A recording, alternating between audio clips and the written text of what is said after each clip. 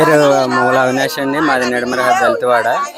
మేము గత 70-80 సంవత్సరాల నుంచి మా తాతల నాటి కాడ నుంచి మేము నీళ్ళ కోసం చాలా ఇబ్బంది పడుతున్నాం.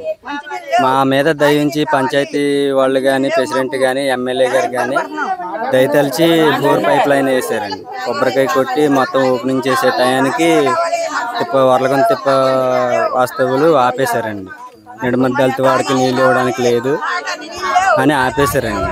ఎందుకని పంచాయతీ ఆఫీస్ దగ్గర మీటింగ్ పెట్టి నాగానే ఇవ్వలేదండి. మాకు బయటికేమో వాటర్ ట్యాంకులు వాళ్ళు అమ్ముకుంటున్నారు, కానీ ఈ 500 గడపన్న ఈ ఊరికి నీళ్ళు ఇవ్వడానికి మాత్రం ఇవ్వడానికి వీలు లేదు. కేవలం కులవివక్ష అని అనుకుంటున్నాం. మేము కేవలం దళితులనే వాళ్ళకి ఇవ్వడానికి వీలు లేదనే మాట అంటున్నారని అనుకుంటున్నాం. అధికారులు కానీ మీరు దయించి మా మీద మాకు తాగునీటి సమస్యను పరిష్కరిస్తారని కోరుకుంటున్నాం. వచ్చి 1000 రూపాయలు, ట్యాంక్ వచ్చి 1200కి అలాగ అమ్ముకుంటున్నారండి. మా గ్రామంలో ముసలి వాళ్ళు చాలా మంది ఉన్నారండి. ఇప్పుడు యవనస్తులు అంటే వెళ్ళి బళ్ళ మీద వెళ్ళి తెచ్చుకుంటామండి. మరి ముసలి వాళ్ళు ఎలా తెచ్చుకుంటారండి?